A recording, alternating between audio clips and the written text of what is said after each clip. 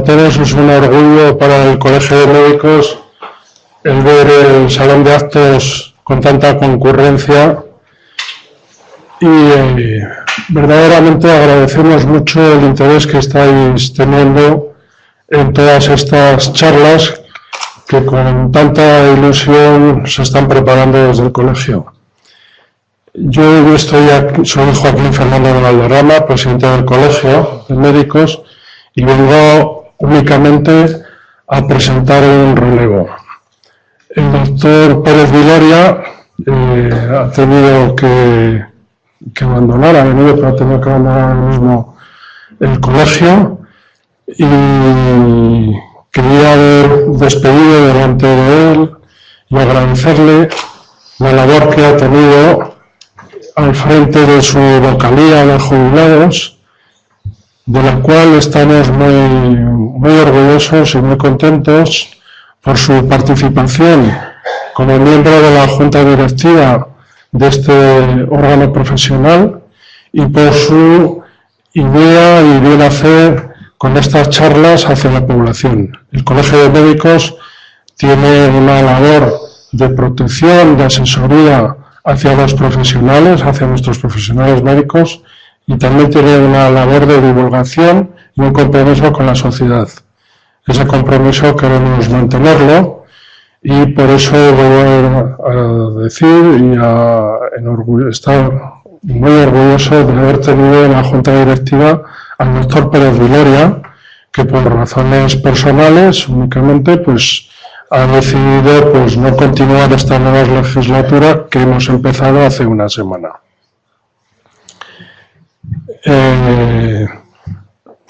Bueno, el relevo es también hacia un profesional, a un gran profesional, es decir, que contamos con un equipo, por así decirlo, de champions, ¿no? Hemos tenido un gran profesional, el doctor Pérez Viloria, cardiólogo, y ahora vamos a tener a otro gran profesional encabezando esta vocalía y continuando esta gran labor, como es el doctor Jesús Rodrigo. Jesús Rodrigo, que es pediatra y que también ha participado en estas charlas como ponente y que viene con gran motivación y gran ilusión para continuar con este gran proyecto. Espero que sigáis con el mismo interés toda esta difusión y que estoy seguro de que no os va a defraudar y que seguiremos pudiendo ofrecer a la sociedad nuestro compromiso y nuestra ilusión y participación en esta labor divulgativa que tenemos como objetivo hacia vosotros. Muchas gracias y os dejo con el nuevo ponente, el doctor Jesús Rodrigo.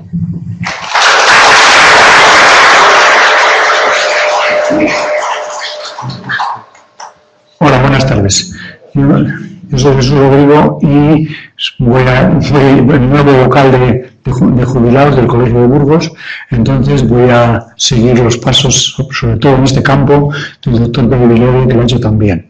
Se trata de hacer unas charlas divulgativas que han tenido mucho éxito y que intentaremos seguir con ello. Es decir, una vez al mes pues convocaremos por el medio de comunicación a un tema que sea relativamente atrayente y divulgativo de la medicina. Hoy me toca presentar al doctor Francisco Casanova, es hematólogo, que nos va a hablar de enfermedades de la sangre, linfomas y leucemias.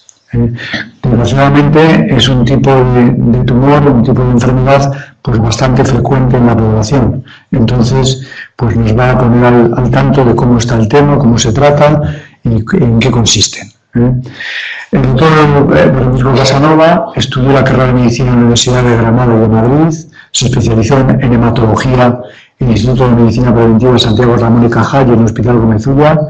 Fue jefe de servicio de hematología del Hospital Militar de Burgos, jefe clínico en el Hospital General Yagüe y también jefe de servicio en el Hospital Yagüe entre los años del 2011 y 2012, en que posteriormente se jubiló. Ha participado en varias publicaciones médicas sobre hematología, con colaboraciones a nivel nacional y en algún caso internacional, y ha sido siempre un colaborador con el Servicio de Hematología de la Universidad de Salamanca, sobre todo en un aspecto del mieloma múltiple. Es un profesional, en estos momentos ya jubilado, un gran profesional con mucha experiencia en hematología y con una calidad humana importante. Yo creo que les va a entretener, les va a enseñar y nos va a hacer pasar, pues, dentro de lo que es una enfermedad, un rato donde vamos a aprender cosas. Gracias, Paco. Tienes la palabra.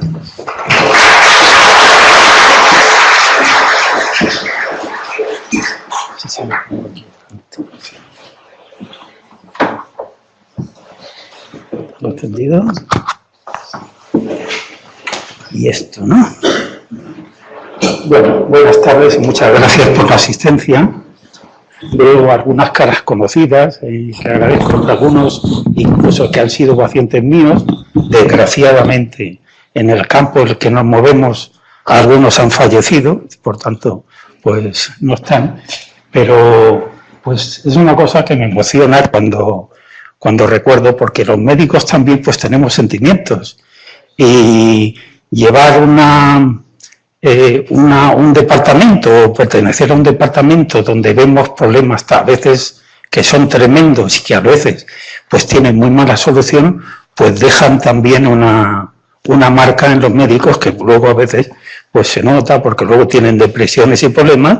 O sea que los médicos también a veces compartimos muchas veces sentimientos con los pacientes con los que hemos tratado. Bueno, el tema del que vamos a hablar pues es, dentro de la hematología, hablar de las leucemias y linfomas. Cuando el doctor Villoria pues me encargó el tema, pues a mí me dijo que me gustaba el tema, pero luego pensando vi que era un tema extraordinariamente extenso.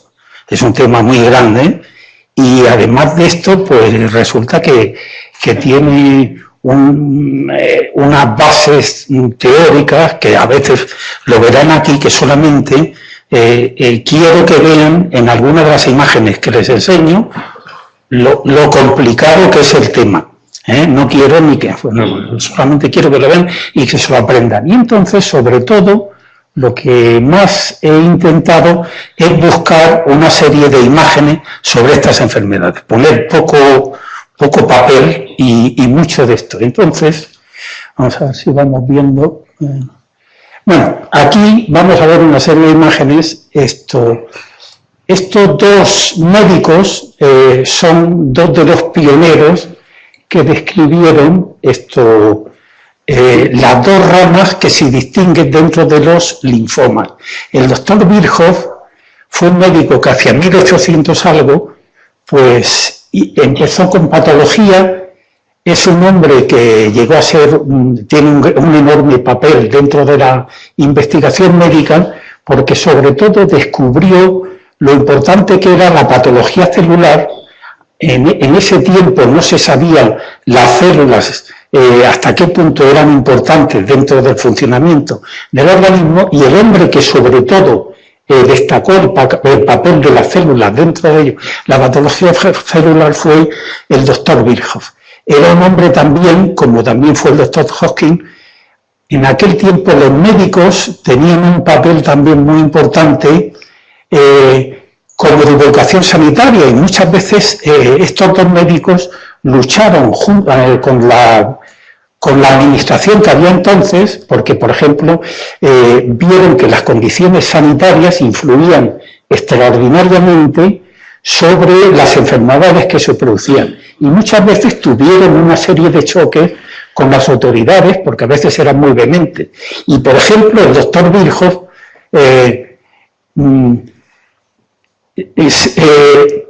participó en política para coger y defender sus ideas. Y en aquel tiempo, en Alemania, resulta que estaba de presidente Bismarck, y tanto les molestó lo que les decía que lo retó en duelo y todo. Lo que pasa es que Virchow no acudió al duelo.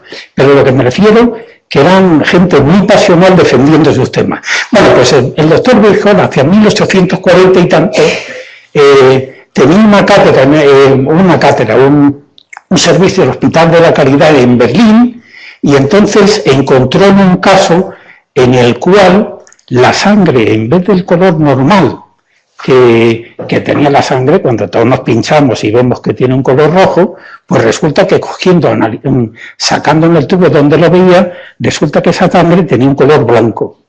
Entonces, color blanco, y entonces, ¿por qué tenía el color blanco? Pues resulta que mirando al hombre por el microscopio, vio que había una enorme cantidad de leucocitos, y al ver el color blanco que tenía, pues le llamó a aquella enfermedad leuquemia, y desde entonces es el nombre que ha persistido para esta enfermedad de la sangre.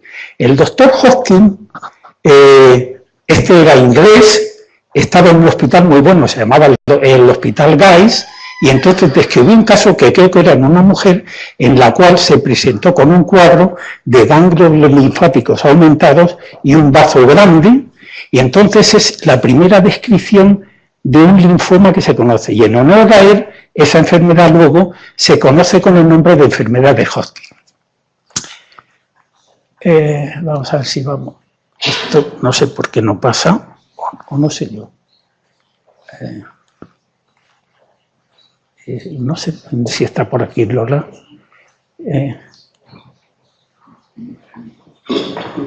Un momento que no sé por qué.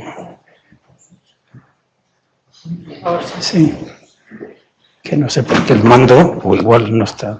Perdón. Bueno, para entrar en el tema, aquí tenemos un hueso que en concreto es el hueso, un fémur de un humano, y en el cual veis que hay una médula amarilla que está compuesta fundamentalmente de grasa, y luego en la parte de la cabeza del fémur vemos lo que se llama el hueso esponjoso. Este hueso esponjoso es el que contiene la médula roja, que es lo que se llama la médula ósea, que llamamos nosotros, que es donde se produce la sangre. Luego vemos aquí a la derecha una célula madre sanguínea como es. Entonces, de esta célula madre sanguínea que se produce ahí, se producen los glóbulos rojos o matíes, que son los primeros que veis. A continuación están los glóbulos blancos, que luego los describiremos un poquito más, y abajo están las plaquetas, que son una serie de fragmentos de células que luego resulta que se ha visto que son muy importantes en la coagulación, porque cuando te quedas sin plaquetas, por ejemplo, como pasa a veces en la leucemia, pues tenemos un problema bastante grave.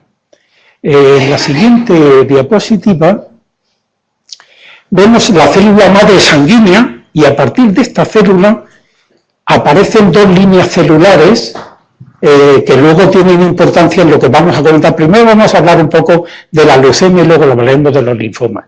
La célula madre mieloide, a través de una serie de factores que luego enseñaremos un poco por encima, depende del factor que reciba, acaba produciendo los hematíes o glóbulos rojos, acaba produciendo las plaquetas, y a través de una célula que se llama mieloblasto, acaba produciendo un grupo de los glóbulos blancos que se llaman granulocitos, porque tienen una serie de gránulos en ellos.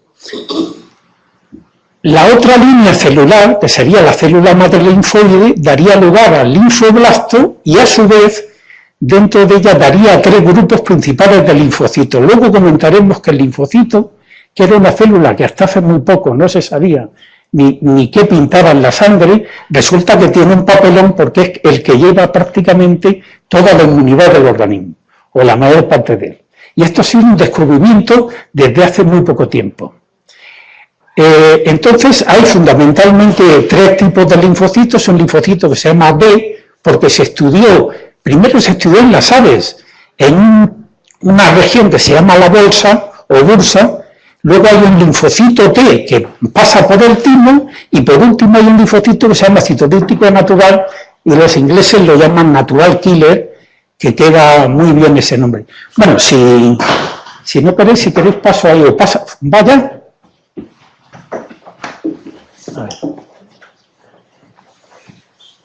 A ver si esto va aquí. No, esta es la siguiente. Bueno. Entonces, aquí nada más que enseñaros la sangre, cómo se hacía antiguamente, cómo se estudiaba antiguamente y cómo se estudia ahora. Hasta hace relativamente poco tiempo, la única forma de estudiar la sangre era cuando te sacan un análisis, te anticoagulan la sangre, luego había que teñirla, y luego una vez teñida, la mirabas en el microscopio y veías las células las células que había en esa extensión de la sangre. Si veis aquí, estoy hablando de esta zona de la derecha, por supuesto, pues vemos, hay un fondo que se ven ahí de hematíes. En un hematíe, a ver si consigo apuntar ahí, en un hematíe que hay allí, hay un punto pequeño que sería una plaqueta, vemos unos puntos pequeñitos entre los hematíes que serían las plaquetas, y luego las células que normalmente vemos en la extensión de sangre periférica.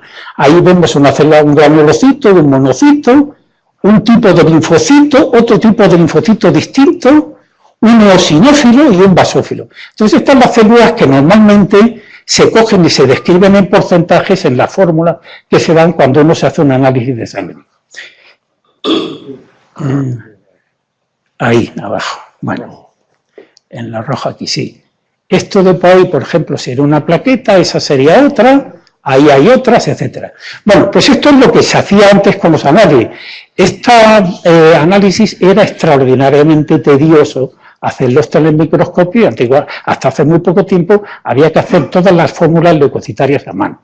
Entonces hubo un americano, un tal Wallace Coulter, que vio que con este sistema era imposible llevar todos los análisis que se realizan ahora, y en vista de esto, pues diseñó una serie de autoanalizadores, con lo cual revolucionó completamente el campo, los análisis de la sangre. Y a partir de ahora, este es un ejemplo de uno de los analizadores que hay.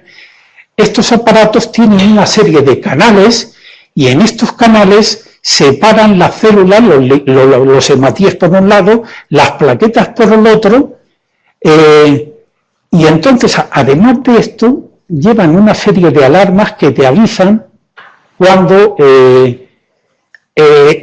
las pruebas no salen bien por lo que sea, o que ven que hay muchos leucocitos más de la cuenta, o que hay pocos hematíes, que el volumen es bajo, que las plaquetas bajas, etc. Entonces, gracias a estos aparatos, pues hoy en día se pueden hacer los análisis. En el hospital universitario de Burgos, el otro día lo comentaba con la médico que lleva el servicio de análisis, y se hacen del orden de 1.500 determinaciones de análisis de sangre diario. Esto hecho tiñendo sería imposible de hacer. Entonces hoy esto ha sido una verdadera revolución en los autoanalizadores.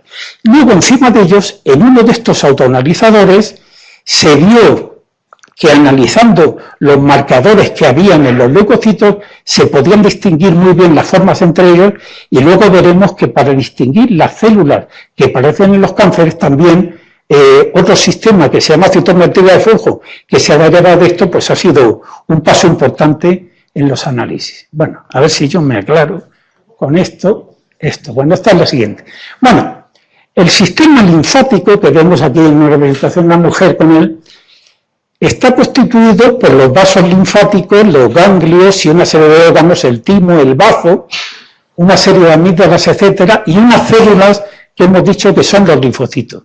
Bueno, este sistema linfático, hasta hace poco, solamente se hablaba de la linfa, que era lo que se cogía y se recogía de la digestión y circulaba por un sistema, y era casi lo que se sabía de él.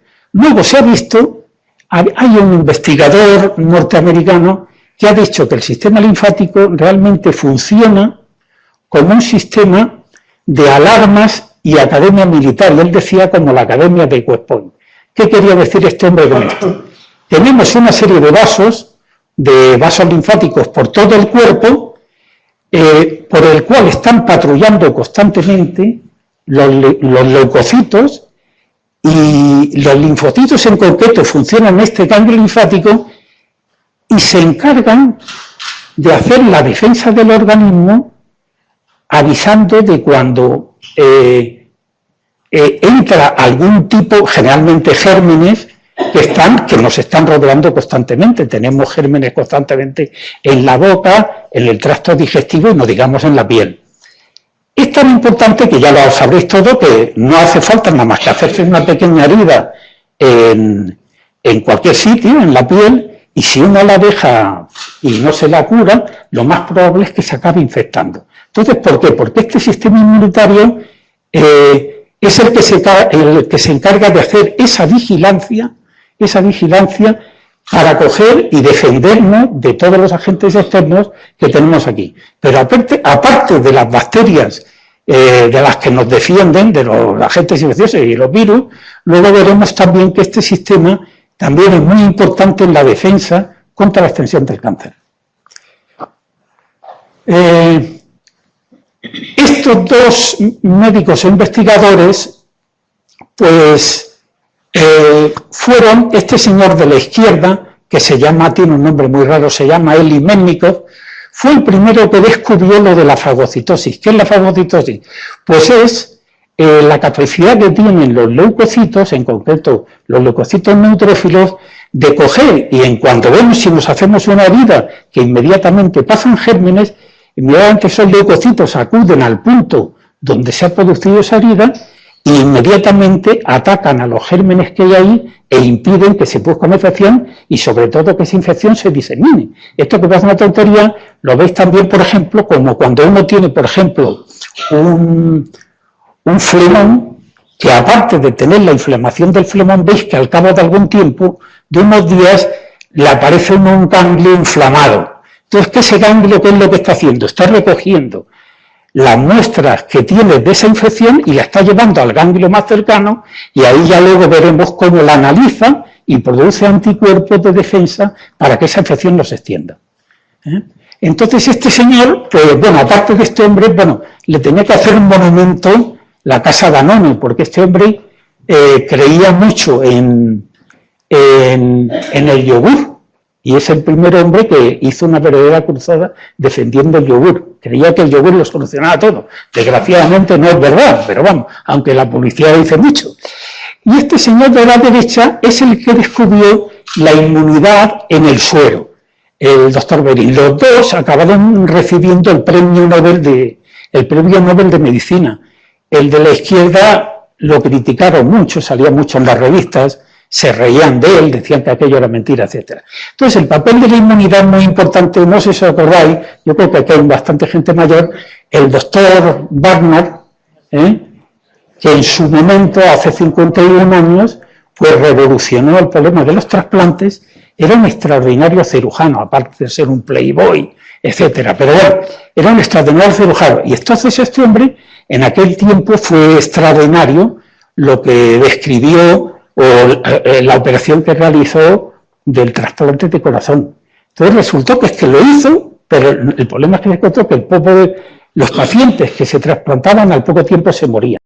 Pues ¿por qué? Porque a partir de aquí se vio que es que había un rechazo de esa inmunidad, porque este sistema que hemos dicho de la inmunidad es el que nos protege de todas las sustancias, bacterias, virus, incluso tejidos que no son nuestros. Entonces, si eso no se puede combatir, el organismo rechaza eso. Entonces, de esto se encarga el sistema linfático fundamentalmente. Entonces, aquí tenemos de la médula ósea y de la célula madre que tenemos arriba, los linfocitos que se producen allí tienen, como decíamos antes, lo que decía que la investigación de aquella academia de enseñanza que tienen, hay dos órganos dentro de la persona que son importantes como academia, llamemos, de enseñanza para los linfocitos. Uno de ellos es el timo. El timo es un órgano que tenemos ahí cerca del tiroides, que es muy grande en los niños y luego acaba desapareciendo. Entonces antes no se sabía para qué funcionaba. Pues luego se ha visto que era la academia donde se entrenan los linfocitos. Y hay un grupo de linfocitos que se llaman linfocitos T, que son los encargados de hacer la respuesta celular y son tan importantes porque sobre todo tienen que aprender a distinguir esos linfocitos entre lo que es nuestro y lo que no es nuestro. Nosotros, entre otras cosas, todo lo que estamos comiendo. Comemos una sustancia que se extraña a nosotros. Entonces, si no hubiera algún sistema para saberlo, pues rechazaríamos esa comida, pero igual que eso pasaba con los tejidos en los trasplantes. Entonces, la academia de enseñanza para esto es el timo. Y luego, en los ganglios linfáticos, los linfocitos, veremos que pasan por una serie de mecanismos hasta acabar produciendo anticuerpos, las inmunoglobulinas fundamentalmente. Bueno, Esto es un poco general para ver por dónde va lo del cáncer ahora. Dentro de la célula, dentro del núcleo, ya sabemos que, bueno, pues está el ácido desoxirribonucleico, los ácidos nucleicos, y estos ácidos nucleicos, cuando la célula se divide, se dividen, llamemos, en una serie de organelos, llamamos que son los cromosomas. Todos tenemos 23 cromosomas. Entonces, estos cromosomas, a su vez, ya sabéis que hace poco, pues hace poco, porque ya soy mayor, y para mí parece que es poco, se descubrieron los mecanismos de la división celular. Y entonces, estos cromosomas están producidos sobre todo por el ácido desoxirribonucleico, y entonces, en este ácido desoxirribonucleico hay, que parece increíble, del orden de 3.000 millones de como puntos de estos en cada célula, que se dividen. Esa división, en un 99,9% de los casos, es una división perfecta. Hay que pensar que de dos células, que son el espermatozoide y el óvulo, llegamos a tener casi 1 trillón de células funcionando por organismo y funcionan perfectamente. Pero ese pequeño porcentaje que deja ahí es lo que se producen mutaciones, que algunas no tienen importancia, pero hay otras que resulta que te van dejando una carga que luego, si se suman en determinadas condiciones, es lo que hace que te aparezca el cáncer. Entonces, tenemos ello. Dentro de este cromosomas, una parte de ellos muy importante son los genes. Los genes, en realidad, son una serie de terminaciones que hay dentro de este ADN que contienen instrucciones para hacer las proteínas. ¿Por qué? Porque las proteínas se ha visto que solas en complejos son las que realizan prácticamente todas las funciones celulares más importantes que hay en el organismo. Se conocen del orden de 25.000 genes. Genes, una serie de instrucciones que sabemos que se asocia con algo, con que porque una parte te acabe produciendo un órgano, o a lo mejor, cuando se alteran ellos, te pueden producir una enfermedad. Esto es lo mismo de un cromosoma, el ADN, que ya digo, la única forma, esto es nada más que para que veáis que es un poco, a mí me recuerdo, la gente lo ha descrito como si fuera una cremallera. Lo veis por ahí que hay una doble hélice, hay una serie de moléculas que son estas 4 fundamentalmente, que serían algo así como los dientes de esa cremallera.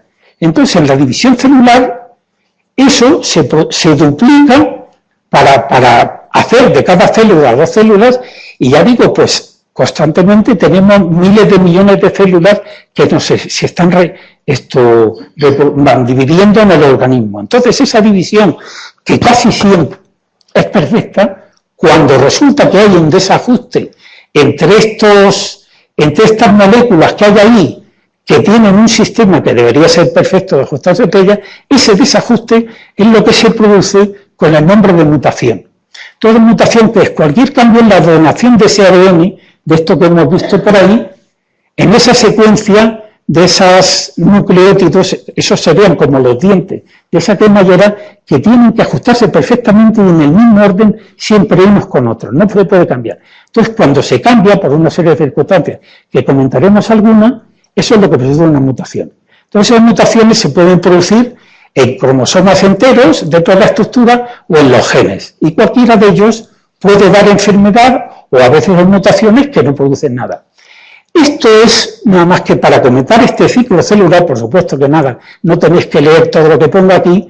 El ciclo celular tiene como 2 grupos de genes que son los que controlan que la división celular se haga perfecta. Entonces, esos genes, si ven que la división celular se hace perfecta, lo veréis allá a la izquierda arriba, pues salen 2 células iguales que funcionan perfectamente. Pero si uno de los genes detecta que se ha hecho mal la división por alguna circunstancia, pues condena a la célula a morir. Pero si ese gen que tiene esa misión de vigilancia resulta que por una mutación no puede cumplir su función, pues acaba produciendo células tumorales. Esto es lo que ahora se está comentando más, el cáncer.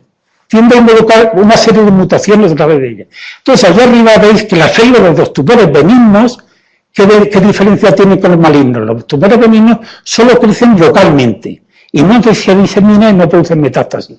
En cambio, las células malignas invaden los tejidos cercanos, sobre todo sanguíneos o linfáticos, y entonces producen lo que se llama metástasis, producen una extensión del tumor a distancia.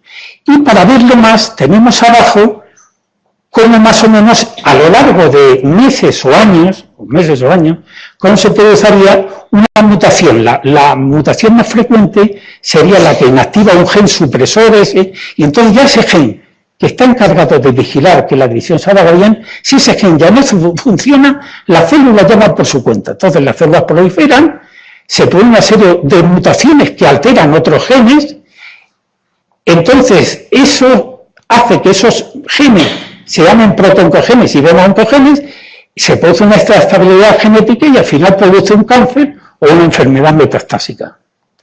Y el mejor ejemplo que se tiene y que se está estudiando hasta ahora sería en el cáncer de colon. El cáncer de colon, que por cierto el otro día me dio mucha pena porque creo que en Burgos decían que en Castilla y León el porcentaje de gente que acude a las revisiones para hacerle los controles de cáncer de colon es un 30% y comentaban que en el País Vasco la gente acude casi un 70% a hacer esa revisión que le hace el SACIL. Entonces, que veáis que desde un epitelio normal que tenemos en el colon, si produce una mutación, se produce una alteración pequeña del tejido, van pasando meses, luego se produce, si eso, esto casi, siempre es silencioso. El problema o el drama que tiene el cáncer es que la mayor parte de los cambios que se van produciendo a través de meses y años no nos enteramos de ellos. Entonces se produce primero lo que se llama una displasia, luego se produciría un tumor benigno, este tumor va evolucionando hasta llegar a las últimas fases de lo que se llama un adenoma, un tumor benigno, y a partir de ahí, por otra serie de mutaciones, acaba produciendo un carcinoma y si no se detecta, acaba produciendo lo que se llama una metástasis. Normalmente, cuando ya un cáncer de estos tiene metástasis, el tratamiento es muy malo. Pero, ya digo, lo mejor es la medicina preventiva. Si eso, en la Edad Media, cuando nos avisan para hacernos una revisión, nos encontramos esto, pues podemos encontrarnos con que tengamos una fase precoz de tratamiento y el tratamiento siempre es infinitamente mejor en una fase precoz que en una fase tardía, que a veces ya la solución es muy mala. Del orden de muchos meses hasta años, todos estos cambios. O sea que hay un tiempo que es muy importante donde se puede intervenir y se evita la catástrofe luego, que es un cáncer, y no digamos ya un cáncer con metástasis. Bueno, yendo a los problemas de hematología, y veo que no sé si me estoy enrollando mucho, bueno, nada más que comentar dos cosas. Esa médula que hemos comentado antes, cuando nacemos tenemos casi un 100% de la médula, cuando se nace, y luego vais viendo como a través de los años la médula va cayendo y cuando llegamos a los 80 años ya solo tenemos un 20% de médula. Entonces eso explica pues una serie de cambios que luego comentaremos. Y lo mismo pasa con el timo. El timo cuando se nace tienes un 100% de celularidad. Bueno, ahí abajo se ve como lo ve un patólogo.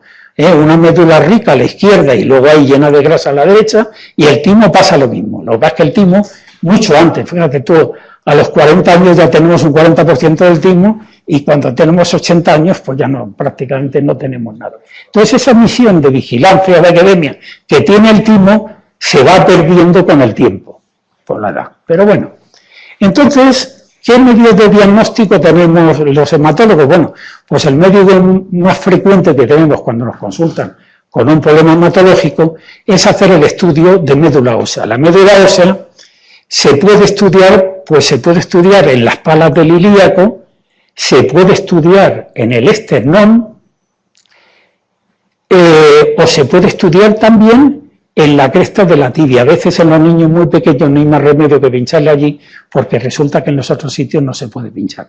Porque desgraciadamente, hasta hay recién nacidos que nacen ya con leucemia, porque es así. Bueno, esto es la maduración de la sangre, todo esto, que yo no me lo sé ni yo, es simplemente para que veáis que desde la célula primitiva que tenemos aquí, se produce una célula multipotencial y esta se separa en una serie de líneas celulares y a través con una serie de factores de crecimiento que se van poniendo, se acaba de esa célula produciendo todo este grupo de células distintas.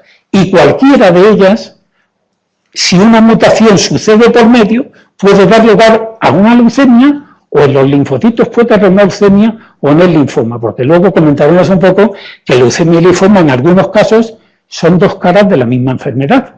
O sea, lo ves como en algunas veces te aparece un leucemia y en otras veces te aparece como un linfoma.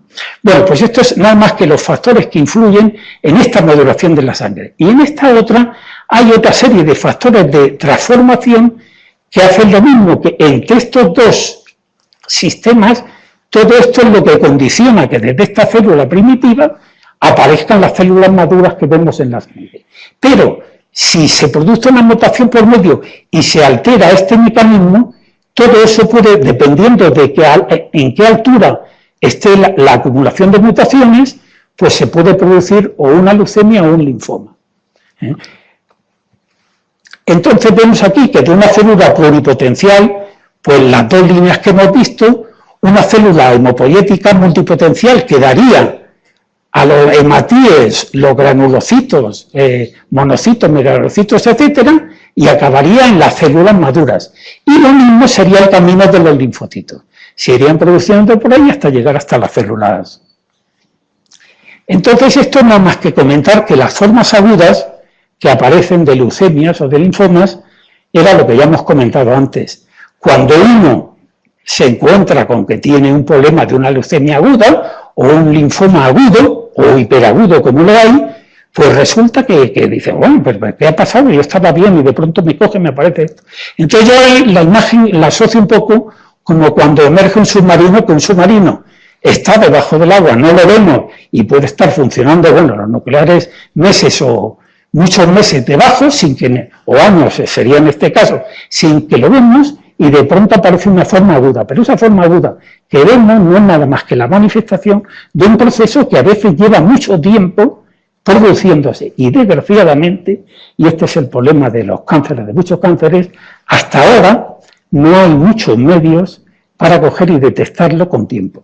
Luego comentaremos un poquito porque eso se está investigando mucho, porque ese es el mecanismo del futuro de la detección. Entonces, una forma aguda, a veces catastrófica, que se presenta, y dice, bueno, pero esto como lo hemos visto, pero tú no has notado nada. Pues no, pues muchas veces no se nota y entonces tienes un problema. Entonces, ya comentar directamente las leucemias agudas y crónicas. La leucemia mieloide aguda es un tumor maligno de las células precursoras de la sangre que hemos visto antes, que tiene su origen en la médula.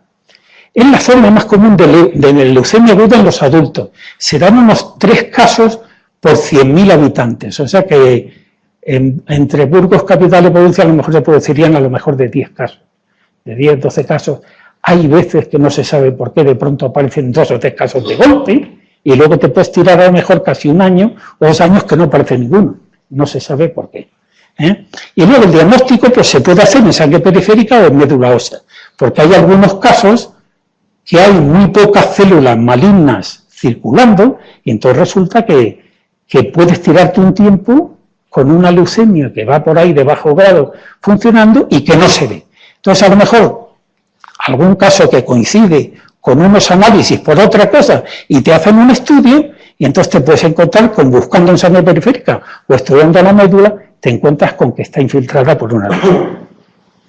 Entonces esto son los síntomas, bueno, síntomas y signos comunes que pueden aparecer en una leucemia. Esto está sacado, pues como he tenido que sacar mucho, de una serie de librerías donde viene. Entonces muchas de estas signos que son totalmente inespecíficos, pues sirven para muy poco. Por ejemplo, cansancio, pues vete a tosar. Cansancio, pues podemos tener todos por muchas cosas. Entonces, a no ser que sea un cansancio muy anormal, pues normalmente no le damos importancia. La pérdida de apetito, digamos lo mismo, pues la pérdida de apetito, salvo que sea una pérdida muy importante, que curse luego con pérdida de peso, pues es una cosa que no nos llama la atención. Los ganglios linfáticos, en cambio, si aumentan de tamaño, son muy importantes en el diagnóstico de los linfomas. Luego ya comentaremos un poco más de ellos. En algunas leucemias o en los linfomas puede aparecer sobre todo el bazo muy aumentado de tamaño. De hecho, en algunas leucemias, hasta hace no mucho tiempo, que no se hacían tantos análisis como ahora, muchas veces un paciente venía a la consulta y resulta que estudiándole tenemos el bazo, que es un organismo que tenemos muy pequeño, a la izquierda lo tenía enormemente aumentado de tamaño y la persona no se había ni enterado. En la piel los sudores nocturnos se dan en las formas agudas a veces, lo que sí que puede aparecer muy bien en las leucemias es el sangrado fácil con moretones o manchas de color morado como veríamos aquí. ¿Por qué? Porque cuando se produce una leucemia aguda, esas células inmaduras acaban desplazando a las células normales y entonces desplazan a las células que producen las plaquetas y entonces te quedas sin plaquetas. Al quedarse sin plaquetas, pues pueden aparecer esos moratones, estas manchas de color morado, etc. Dolores en huesos y articulaciones, sobre todo, se dan en las formas de las leucemias que se dan en los niños. Dolor y falta de elasticidad no lo refiere mucho. Debilidad muscular tampoco es una cosa muy específica, como la falta de aire en el pulmón, pues sería si tienes anemia. Las formas agudas de leucemia normalmente no dan tiempo a tener anemia. Se manifiestan por otras causas antes de esto. Y luego la pérdida de peso, por ejemplo, se puede dar sobre todo los linfomas, la fiebre, infecciones frecuentes, pues a veces porque te quedas sin leucocitos que funcionen bien en las leucemias y entonces puedes aparecer con infecciones. Esta imagen es para ver la incidencia por edades de la leucemia aguda. En los niños, pues es relativamente rara. A partir de los 10 años o por ahí empiezan a verse algunos casos de leucemia, pero la leucemia mieloide en los niños es poco frecuente. Pero si vais viendo, a partir de los 40 o 50, las cifras van subiendo y a partir de los 80 o 85 años se ven con una relativa frecuencia. Relativa, claro. Los hombres un poco más que las mujeres, pero no es mucho consuelo, porque no hay mucha diferencia. Y esto sería, pues, cómo vería el hematólogo cuando te ponen una extensión, pues las células anormales que infiltran la sangre. Son distintos tipos de ellas, nada más que para comentarlo un poco, que lo veáis. Este tipo de leucemia, la leucemia polinomocítica, es una enfermedad que es una leucemia aguda, que es muy curiosa, ahora veremos por qué, porque hasta hace poco era una de las enfermedades que peor pronóstico tenía, porque no había tratamientos de soporte para ella y encima los tratamientos que se ponían duraban muy poco. Entonces el promielocito es una fase un poco más avanzada de desarrollo desde la célula primitiva de las células mieloides. Y no sé si os fijáis ahí que esta célula tiene un montón de granulación en ella. Entonces estas células, cuando se destruyen, producen un cuadro de coagulación intravascular y entonces esto, hasta que no teníamos medios, por ejemplo, con las transfusiones de plaquetas, pues estos pacientes a lo mejor en el primer año se morían sangrando, en el primer mes, que digo yo, en el primer año. Es una forma hiperaguda. Tiene una alteración en el cromosoma muy específica, que es esa translocación entre dos cromosomas, entre el 15 y el 17, y hay un gen que es el que produce la leucemia, que fundamentalmente es ese que hay ahí, el PMLR-alfa-S, que eso nos sirve muchas veces en un cuadro agudo, si por lo que vemos en el microscopio no está claro, la detección de ese gen te dice que esa leucemia es de ese tipo. Y eso es muy importante porque tiene un tratamiento específico. Se da sobre todo en adultos jóvenes, pero esto es más en latinos, esto es de cara a América. Entonces esta leucemia tiene presentación aguda, el cuadro de la coagulopatía puede ser dramático, a veces, por suerte no en muchos casos, te encontrarás un caso de un paciente que entra sangrando y antes de que le puedas poner tratamiento se te muere sangrando en un día. Es de los cuadros de presentación más dramática que hay. Tienen cifras de plaquetas muy bajas, entonces esto yo luego lo comentaré.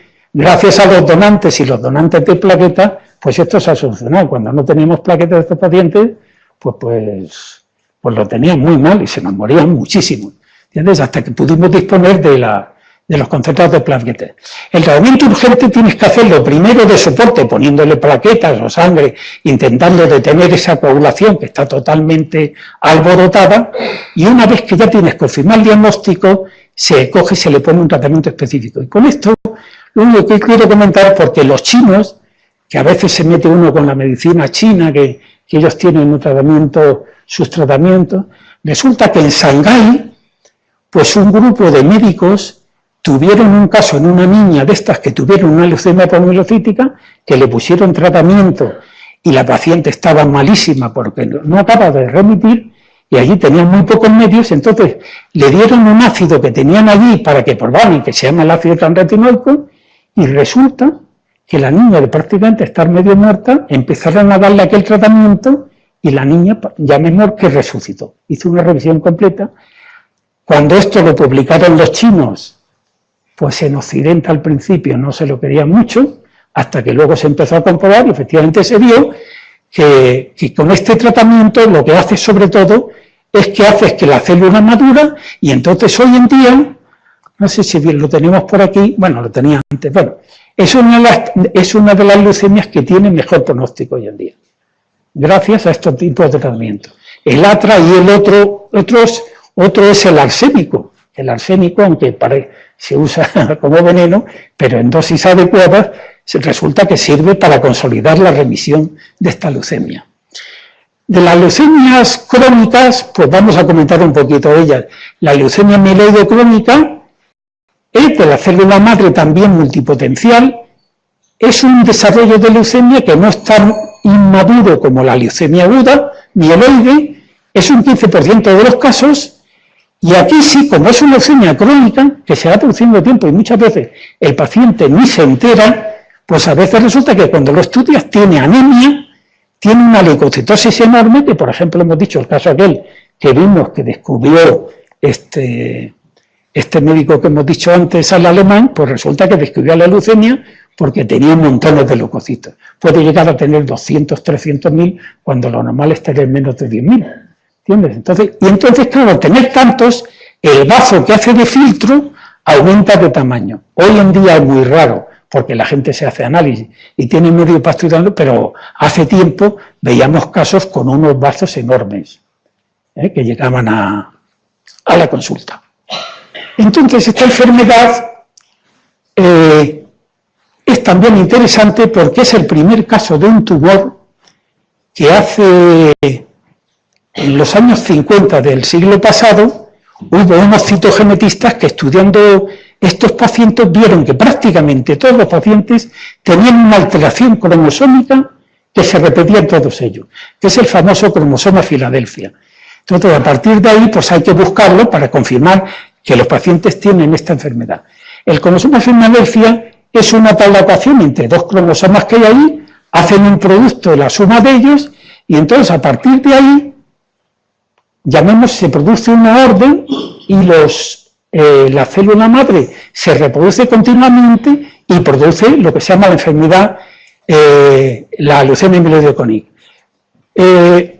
Un paso muy importante y que a lo mejor puede ser en el futuro dar en otros tumores esto, pues ser una esperanza, es el descubrimiento del imatinib. El imatinib es un producto que se descubrió que interfería con esos genes que están alterados en la leucemia mieloide crónica.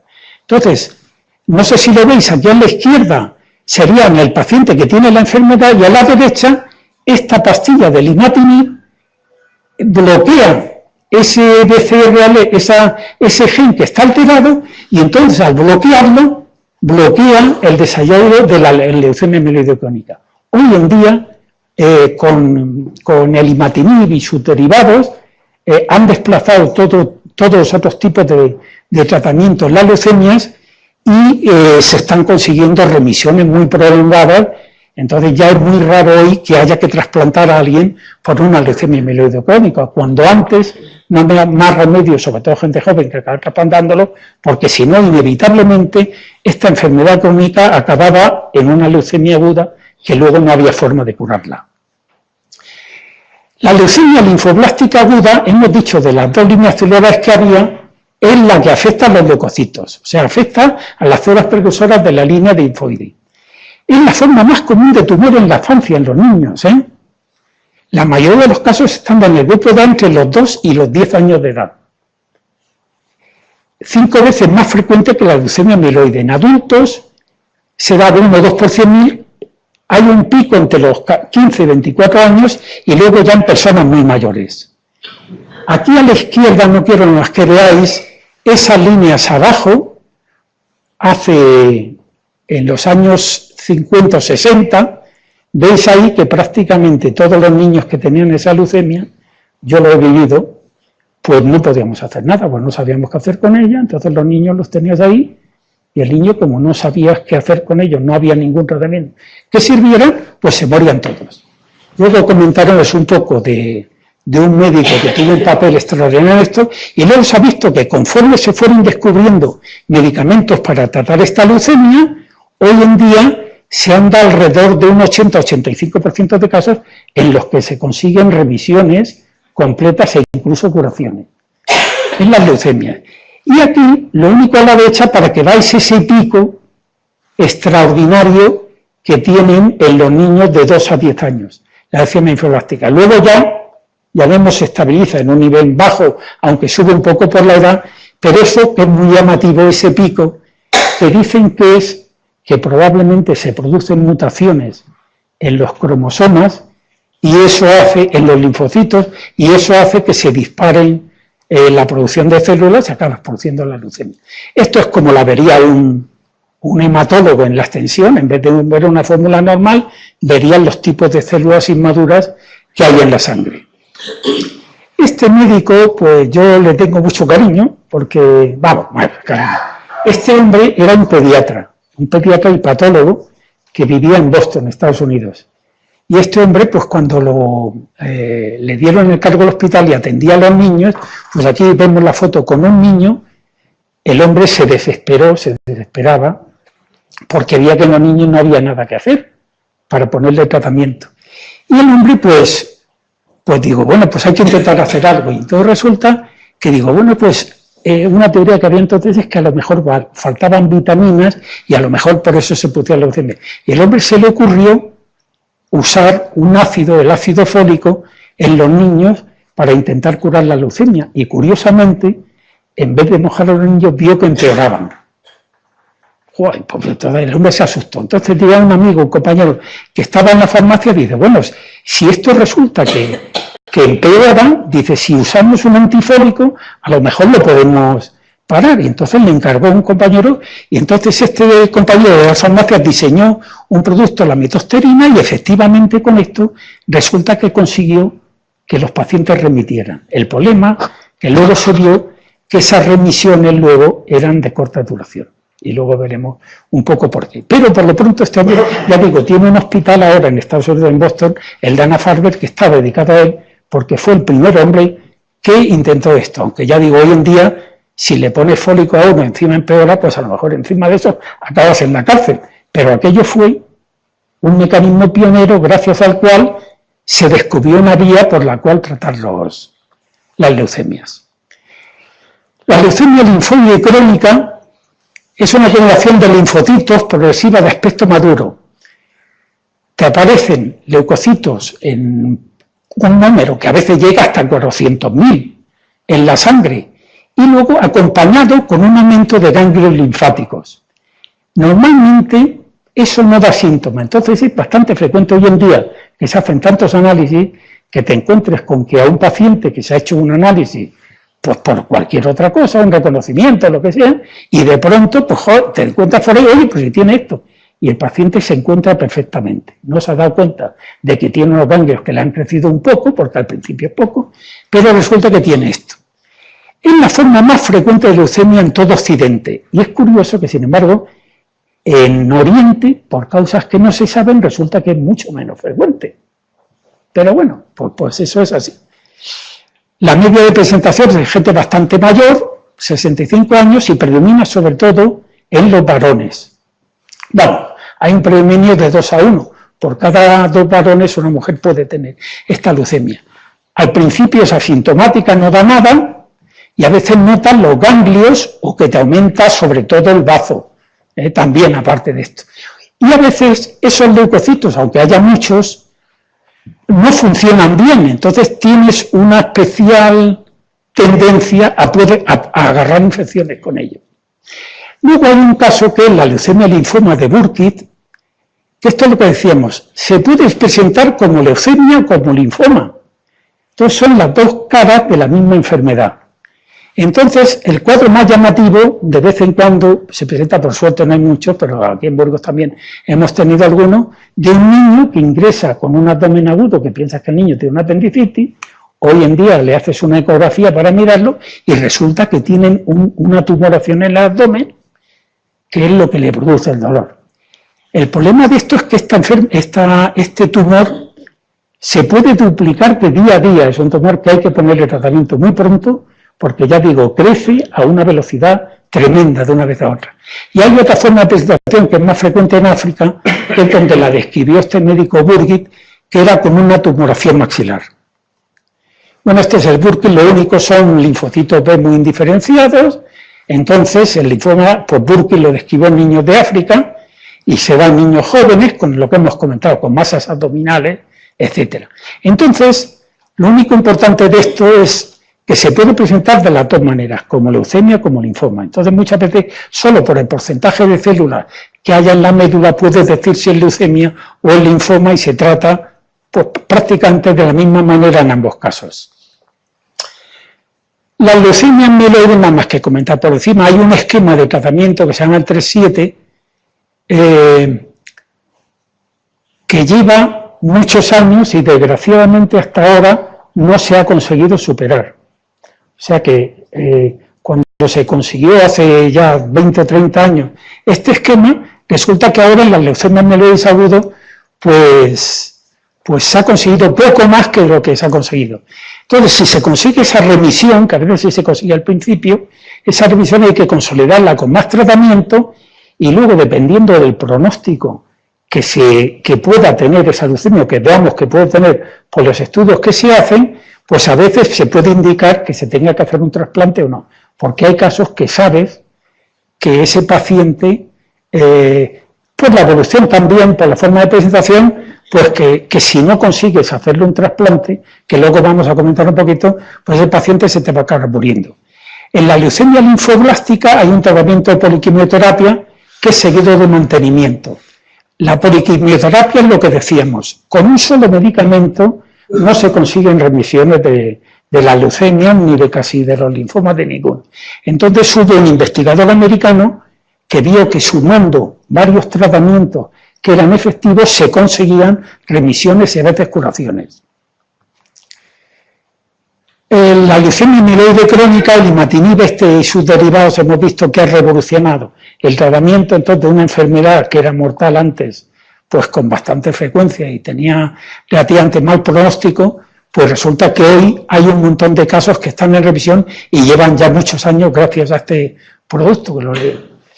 Y en la linfoide crónica, según el estadio, hay un estadio primero que prácticamente lo único que hay que hacer es vigilar al paciente. Si tiene pocos leucocitos, no tiene ganglios linfáticos, si tiene muy pocos, pues lo único que tienes que hacer es vigilarlo, controlarlo y no hay que hacer nada más. Al paciente cuando le dices que tiene una leucemia le das un susto, como es natural, pero es que a veces no hay que hacer otra cosa. Y puedes esperar y luego si el paciente acaba evolucionando, que hay algunos que evolucionan y otros que no, pues ya habrá tiempo de ponerle tratamiento. Bueno, pues yo hasta aquí hemos hablado de leucemias. Y ahora un poquito vamos a comentar de linfomas.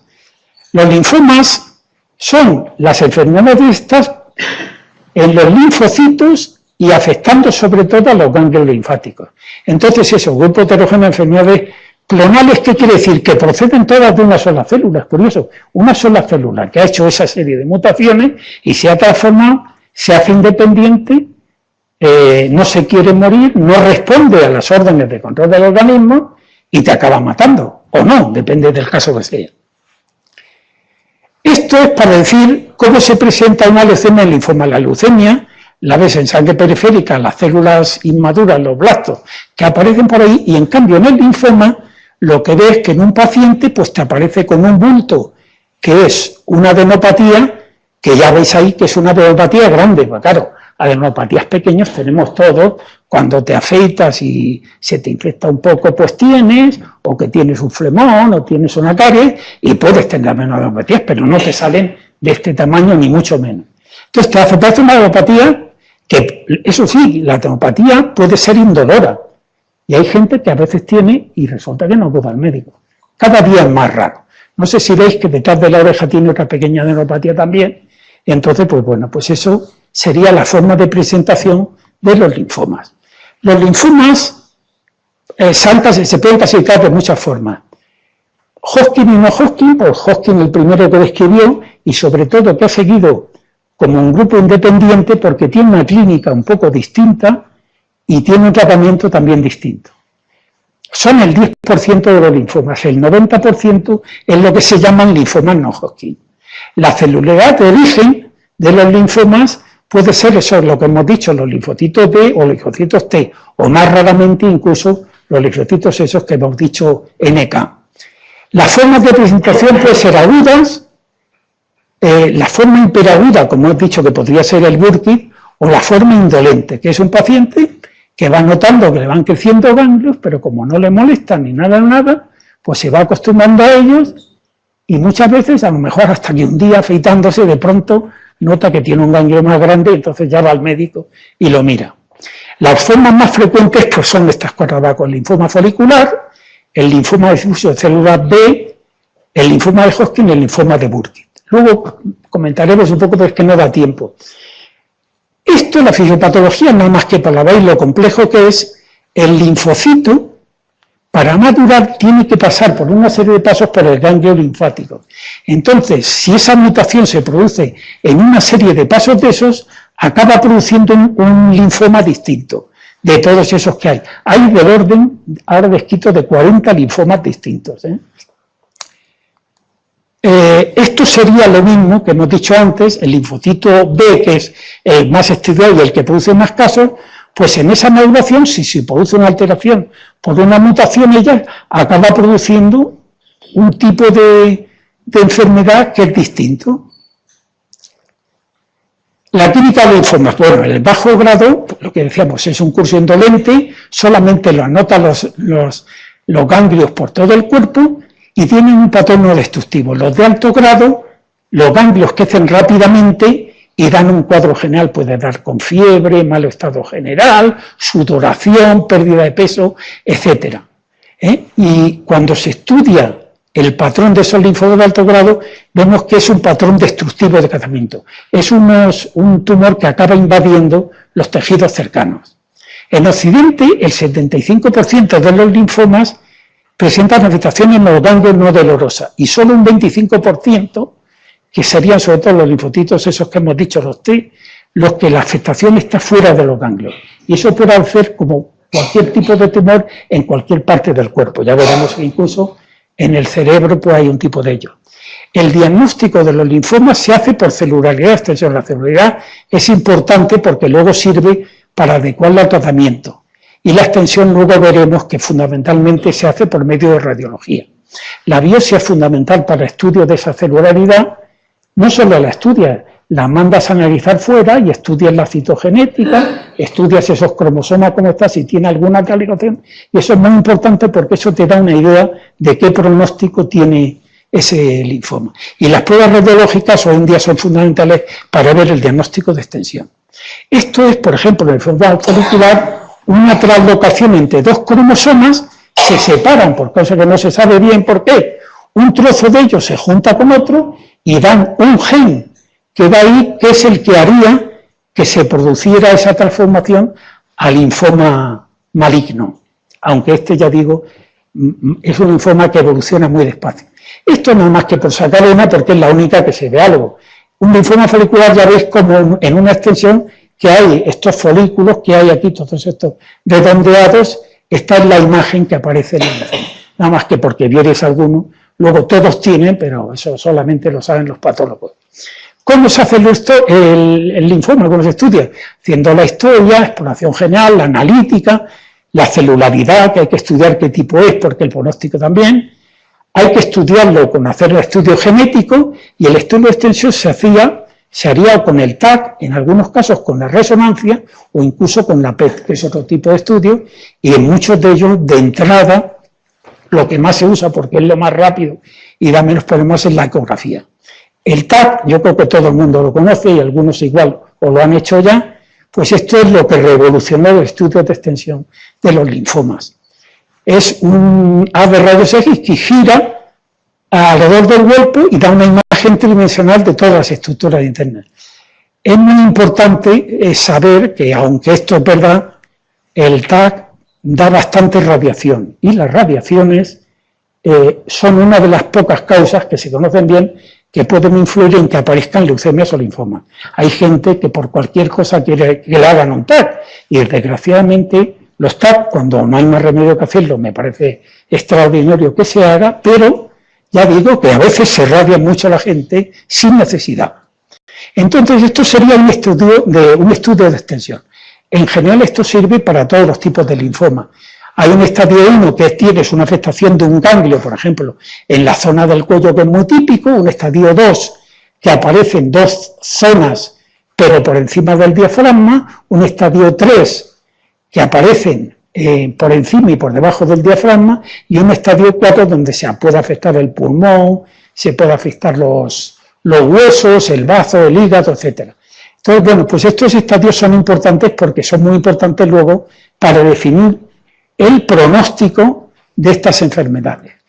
Bueno, esto nada más que comentar que uno de los linfomas donde puede aparecer, que no parece que tocaría con los linfocitos esto, pues en el cerebro puede aparecer también un linfoma. Hay un papel que podría tener un virus, el virus del Epstein-Barr, que es el que produce la enfermedad del beso, y es un virus que ataca mucho a los linfocitos y no se ha sabido, pero bueno, está ahí como sospechoso. Y luego, sobre todo, cuando empezaron los problemas del SIDA, aumentó extraordinariamente el número de linfomas que afectaban al cerebro. Sobre los fármacos, nada más que comentar que llevan poco tiempo, los fármacos, los poliquimioterápicos, llevan poco tiempo en estudio y luego en uso. En el año 42 resulta que los americanos en un puerto de Italia, en Bari, tenían un barco que llevaba un material secreto, ahora que está de moda, lo de los gases esos, los gases, pues resulta que tenían gas de mostaza nitrogenada por si los alemanes lo usaban.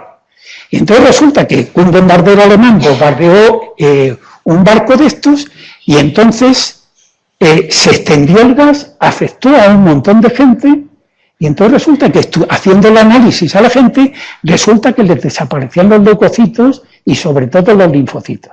Y entonces un grupo de farmacólogos, al ver que ese gas hacía esto, pues ensayaron ese gas, esa mostaza la ensayaron en los pacientes con linfomas malignos y vieron que resulta que remitían con este gas mostaza. Entonces el gas mostaza ya sabes que se puso de moda, lo usaron los alemanes en la Primera Guerra Mundial. Y ese entusiasmo, el problema que es lo que decíamos, si ponía solo eso, el paciente recidivaba, pero luego al cabo de pocos meses volvía a aparecer otra vez la enfermedad. Entonces, ¿qué tratamiento hay para los linfomas? La quimioterapia, pues hay un tratamiento que se llama el tipo CHOP, que es el que con gran diferencia se usa más en la mayor parte de los linfomas.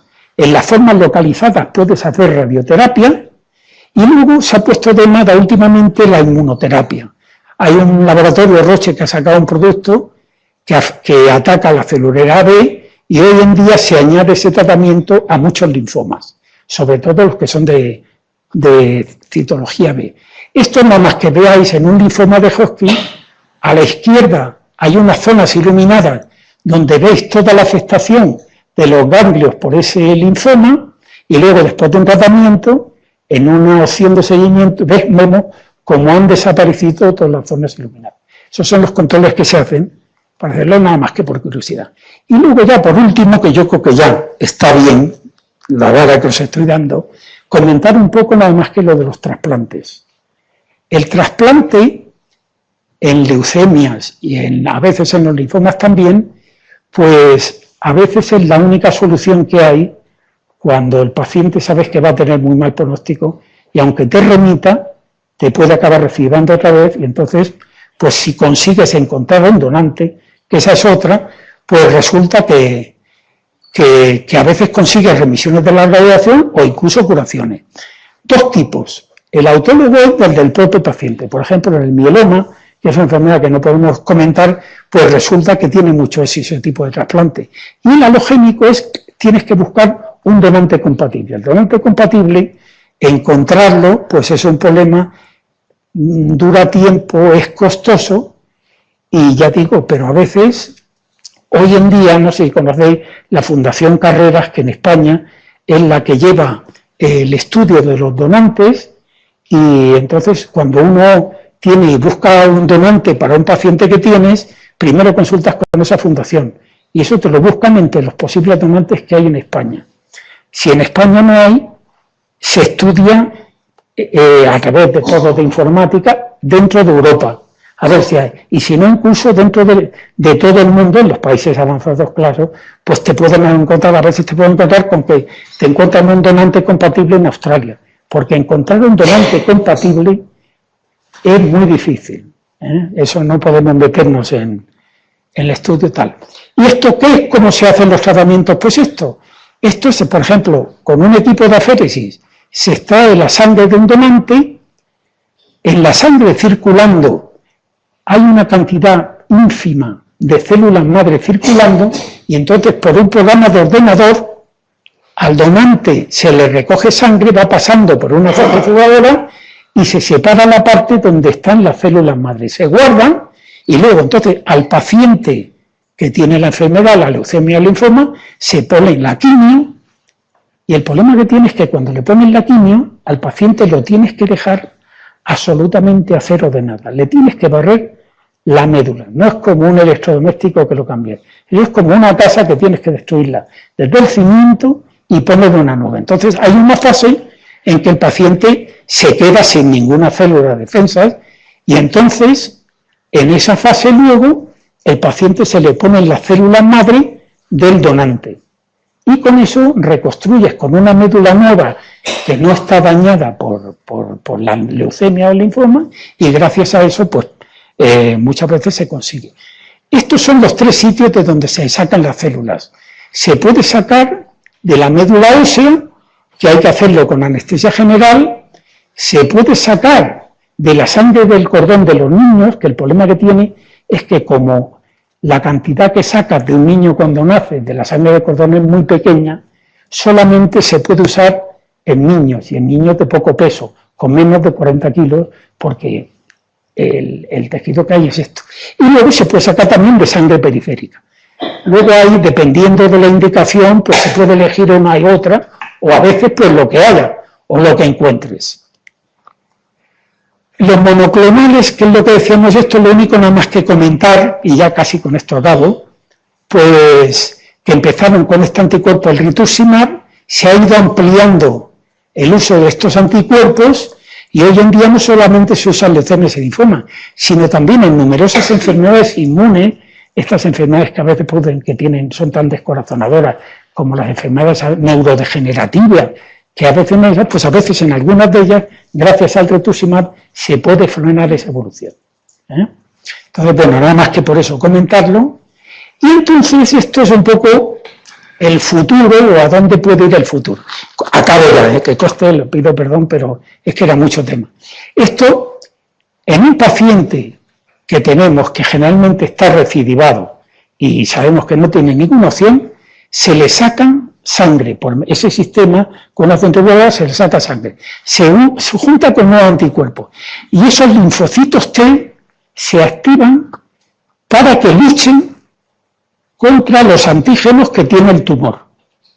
Y entonces eso se le vuelven a poner al paciente y en un 20 o 30% de casos de estos, gente que ya tiene un pronóstico malísimo, que le han hecho un trasplante, varias tandas de tratamiento, no les ha concedido nada, se está consiguiendo en algunos casos remisiones y curaciones. Ojo, que hoy en día se está sabiendo sobre todo, solo lo aguantan este tratamiento gente joven y luego, además de ser gente joven, tiene una serie de efectos colaterales graves y encima es carísimo.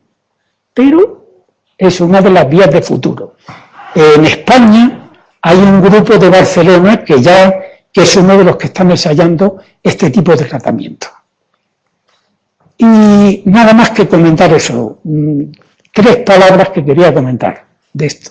Una, agradecimiento. Y yo quiero agradecer a los pacientes que he tenido, a los familiares de los que han fallecido también, pues porque a mí como médico me han dado un ejemplo de, no sé, de caridad, de algo que realmente pues me afecta, porque ya digo, me han servido de ejemplo. Desgraciadamente yo he tenido también cánceres en la familia y he visto lo que es y lo que se pasa.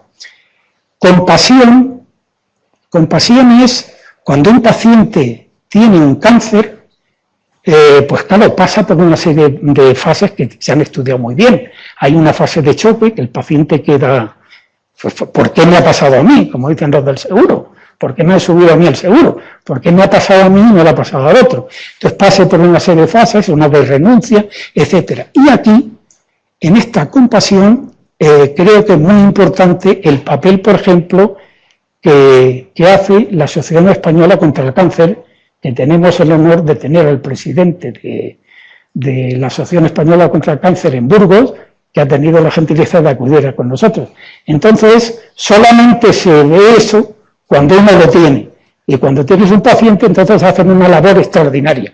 De la misma manera que también yo estoy muy agradecido a la Hermandad de Donantes de Sangre y a los donantes de plaquetas, porque sin plaquetas muchas de las leucemias no se podrían tratar, porque con los tratamientos los dejamos, como dice la gente, sin defensas y sin plaquetas y sin nada. Entonces, gracias a ello, esos pacientes pasan ese bache y luego pueden remontar. De modo que agradecimiento a la Asociación Española contra el Cáncer, muy importante, y a la Hermandad de Donantes. Y ya digo, compasión, porque ya digo, el camino en muchos de los cánceres es muy duro, y el apoyo familiar, que gracias a Dios en España aún la familia se mantiene, es muy importante en esa fase. Y luego esperanza, y la esperanza es por ver que, pues esto que hemos visto, los anticuerpos monoclonales, hay un montón de ellos que están saliendo nuevos citostáticos.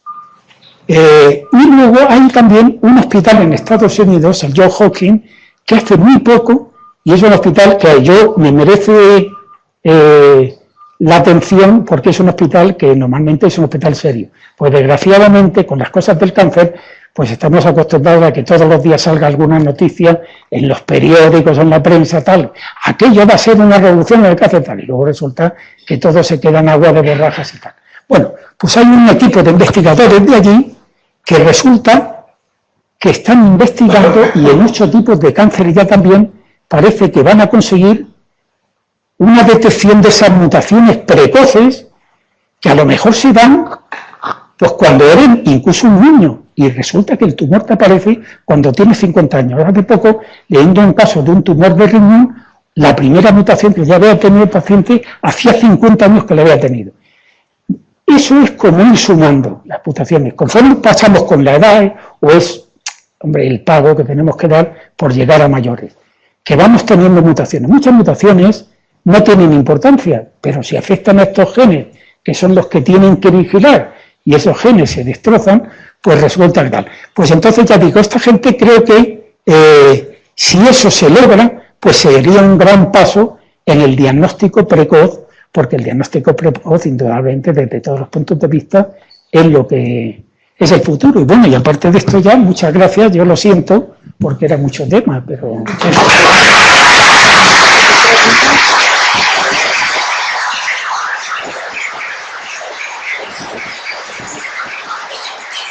Gracias, doctor Casanova. Efectivamente, el tema es interesante, pero es un poco complejo. Sí. Y esto. Bueno, ¿hay alguna pregunta corta, no mucho, porque ya el tiempo ha pasado? ¿Alguien quiere? Un momentito. ¿Perdón? Hombre, pues... La arritmia. Bueno, Pues es un tema que no tiene lugar hoy, porque hoy estamos hablando de enfermedades de la sangre. La arritmia es una enfermedad del corazón. Tomando Sarestol. Sarestol me están tomando. Sí, bueno, pues sí, pero bueno, su cardiólogo le explicará de qué va. Toma un anticoagulante que le ponen, porque el problema que tiene con la arritmia es que puede producir un coágulo. Y ese coágulo, si le da la cabeza, lo puede dejar frito. Entonces le mandan eso, que es muy cómodo, porque además no necesita ni controles. Muy bien. Bueno, pues muchas gracias, doctor Casanova. Único recordarles que el jueves 31, el último jueves de cada mes, daremos la última charla de divulgación sanitaria. En este caso será el doctor José Luis Viejo Bañuelos, el burgalés, conocido por muchísimos de ustedes, que va a hablar del oxígeno para la vida, respirar mejor para vivir más. Es un tema de neumología, de enfermedades respiratorias, etc. Muy interesante. Bueno, muchas gracias por su asistencia y como siempre.